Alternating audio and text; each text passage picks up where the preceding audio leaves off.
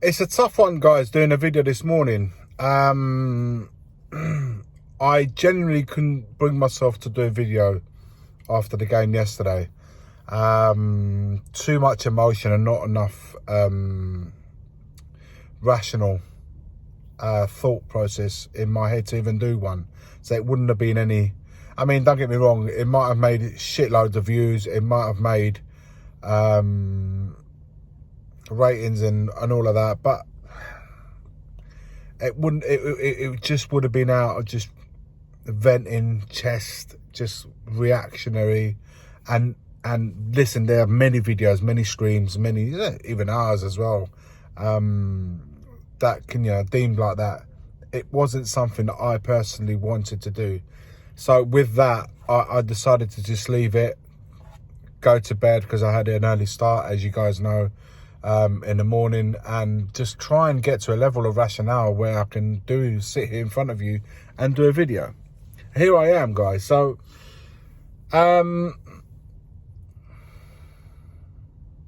we saw online, you probably have seen it already, when Ange goes up to the away fans, to the applause or whatever you want to call it, clapping the fans for making their away journey, and numerous amount of fans made their away journey. And of course they pelted him with abuse, calling him a fat, see you next Tuesday. Wrongly, I may add. Personal abuse is not acceptable, no matter what happens on the pitch. However, it happened, and what I didn't like is Ange's demeanour in that. You know that they are all annoyed. You know that you're probably gonna get pelted. Why would you then go with that demeanour, saying, like calm down, and pointing at himself or the badge? I'm not sure what he was pointing at, but it just whole demeanour just didn't like it. He said himself, he didn't like it, getting pelted at. But you got to cop it. At the end of the day, man, that's what happens in football. And we were awful last night.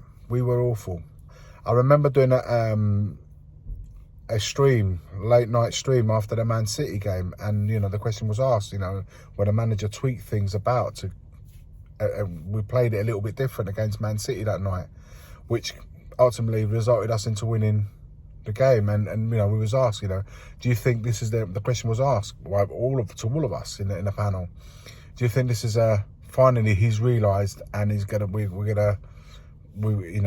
he's tweaked it and as a result played better?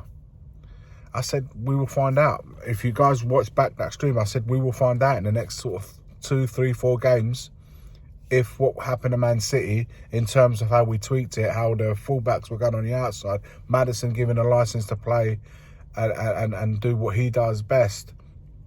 We will find out. And the following games have happened. Roma, Fulham, and now Bournemouth. And no, nothing has changed in that sense tactically. We've gone back with the inverted wingers. We've gone back doing to all the things that we were doing prior to the Man City game. So the stubbornness is there for Ange. There's no two ways about it. The stubbornness is there to go, and anything that he didn't take anything from that Man City games. Those little changes, didn't take anything from it. He just literally threw it out and carried on as normal. That's on him. Do I think we resolve things? I think personally, things at the clubs run deeper than just Ange Postecoglou. So, whilst many of us will be probably looking at, Ange has got to go after that, and who am I to sit here and argue that? And I'm not here for that. I'm not here to argue with any of it. He should go and this, that, or he should stay. I'm not here for that. But for me, things run deeper. I don't think whether he stays or it matters. I've always said this. It matters little to me whether he stays or goes, because things run a lot deeper at this club. And now, don't be amazed if any time now, between now and whatever, you'll get a club statement saying, the parting ways with Ange Postecoglou, saying we listen to the fans, and for this case we've decided to part ways with Ange Postecoglou. We thank him for his 18 months at the club, blah blah blah. You know what I'm talking about. because the board will look at it as if we've heard the fans and we've reacted to what the fans, what the fans want, and we give the fans what they want, and we'll get rid of the manager on the back of that. Because the one thing, the board are very cute. They always listen to when the heat is just about to go to them. So rather than back what they've hired, rather than stick with what they've done and hired, rather than take accountability for the managers that are hiring and firing, before it gets toxic towards them, let's get rid of the manager and let's bring someone else in just to pacify everyone, calm everyone down, and stop the heat coming at us. Things at this club run deeper than the manager. I've always stated this, and we can hire and fire managers all we like. It matters little. Like we've had. Some people say that Ange Postecoglou is not up to scratch. He's not an elite manager. He's only managing certain leagues, not in the Premier League. We've had elite managers that have managed in the Premier League. They've won in the Premier League. How did that work out? So what I'm trying to say is that you can hire any level of managers. We've hired them all. Attacking, defensive, elite, non-elite. We've hired them all kinds, all flavours. Ultimately, under this ownership's always ended in the same way. 17, 18 managers in 25 years. It ends the same way.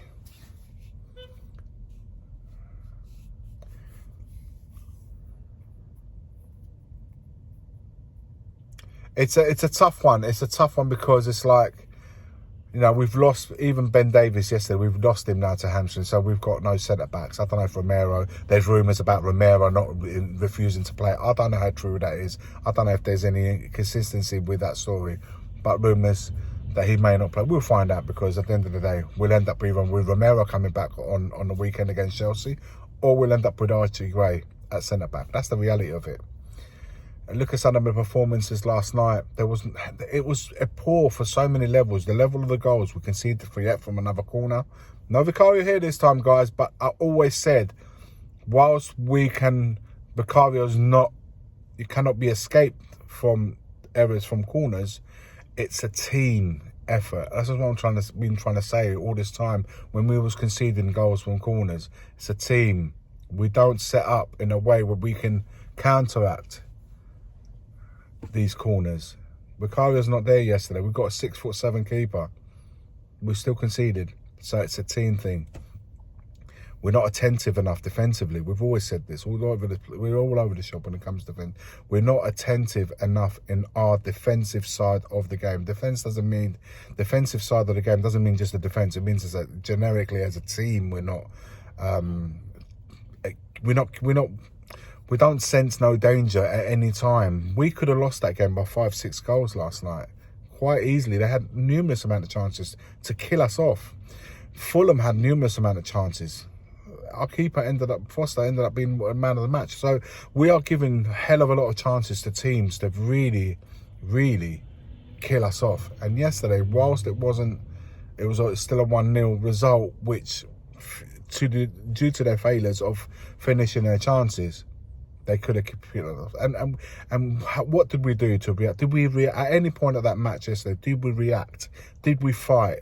Did we try and claw it back? Did we do anything to try and claw it back?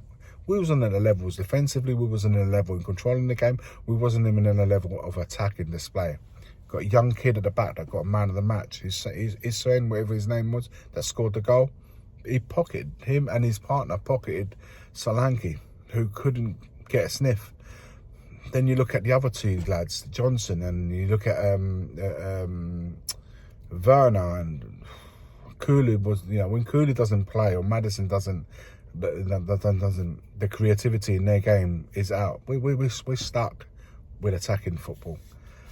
Basuma, one of the worst displays. Bentancur's not available. There's so many really off performances. Jez Spence can't get a game. We've got Archie Gray playing at right back. Jez Spence can't buy a game. Why?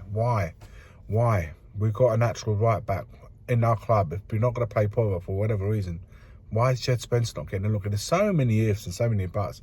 And in terms of decision making and game management, that falls on the manager. There's no two ways about that. And we're just not being good enough. And like I said, we can hire and we can fire, Ange. I just don't see what we resolve by bringing in another manager.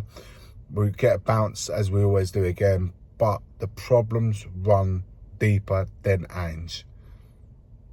And until we all, not just some, or not just partly, realise that and do something about that. And I heard the chants in the away end yesterday at the end of the game, leave you out. But at the end of the day, our owners, as soon as they get heat, they pull the trigger on the manager to try and take the heat, to try and keep the heat away from them and try and appease the fans by doing what the fans want and listening to the fans only if the heat is applied to them. That's the only time they listen to the fans. Any other time, they never listen to them. Look, guys, let me know your thoughts. It's a tough one today, and I don't want to. I know there's far more important things in life than football. I get all of that, and I don't want to. But it's just the reality of it at Spurs. The floor is yours, guys. Comments below. Let me know your thoughts. Like, comment, and subscribe. And as always, forever always, come on, you Spurs.